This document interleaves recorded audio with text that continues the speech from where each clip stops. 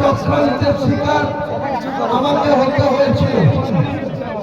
আমি প্রায় 2 মাস আগে থেকে সৌদি আরবের পবিত্র মাটি থেকে হয় মসজিদে নববী বা মক্কার কাবা শরীফের কোন ইমাম সাহেবকে এখানে আনতে চেয়েছিলাম, কিন্তু কোনো মতেই এত অল্প সময়ে তাদের প্রটোকল আছে, তাদের সৌদি গভর্নমেন্ট তাদের বেতন দেয়, কাজে কোনো দেশ থেকে দেশের ইনভাইট করলেও তারা প্রটোকলের জন্য আটকে দেয়।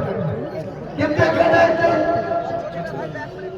মৌলানা, যেটা আমাদের রাজ্যের মন্ত্রী জামায়াতুল ইসলামের সভাপতি সম্মানীয় সিদ্দিকুল্লাহ চৌধুরী সাহেবের অনুগত লোক, তিনি আমাকে বলেন যে সৌদির লোক গুজরাটে আছে, মাদ্রাসায় থাকে, আপনাকে সৌদির লোক আমি এনে দেব।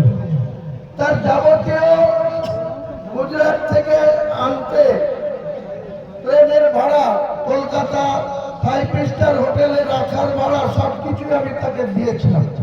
কিন্তু দুর্ভাগ্যবশত তিনি এখানকার মেদিনীপুরের একজন আর মুর্শিদাবাদের দৌলতাবাদ থানার একজনকে ড্রেস পরিয়ে, সৌদি ড্রেস পরিয়ে এখানে নিয়ে এসে আমাদের সঙ্গে তন্ত্রকতা করেছে, আমাদেরকে কালিমা মুক্ত করার চেষ্টা করেছে।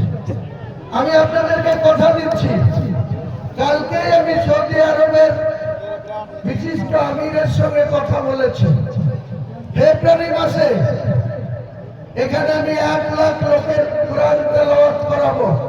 কুরআন তর্জমা করে বাংলাতে বোঝাবে 1 লাখ লোক।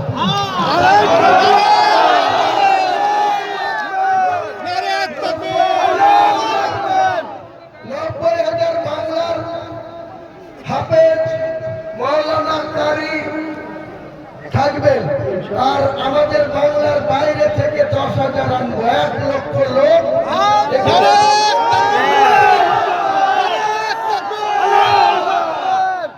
সকাল 10টা থেকে শুরু হবে, দুপুরে 2 ঘন্টা বা 3 ঘন্টা লাঞ্চ ব্রেক করা হবে, 5টার মধ্যে সেই কর্মসূচি সমাপ্ত করা হবে ইনশাআল্লাহ।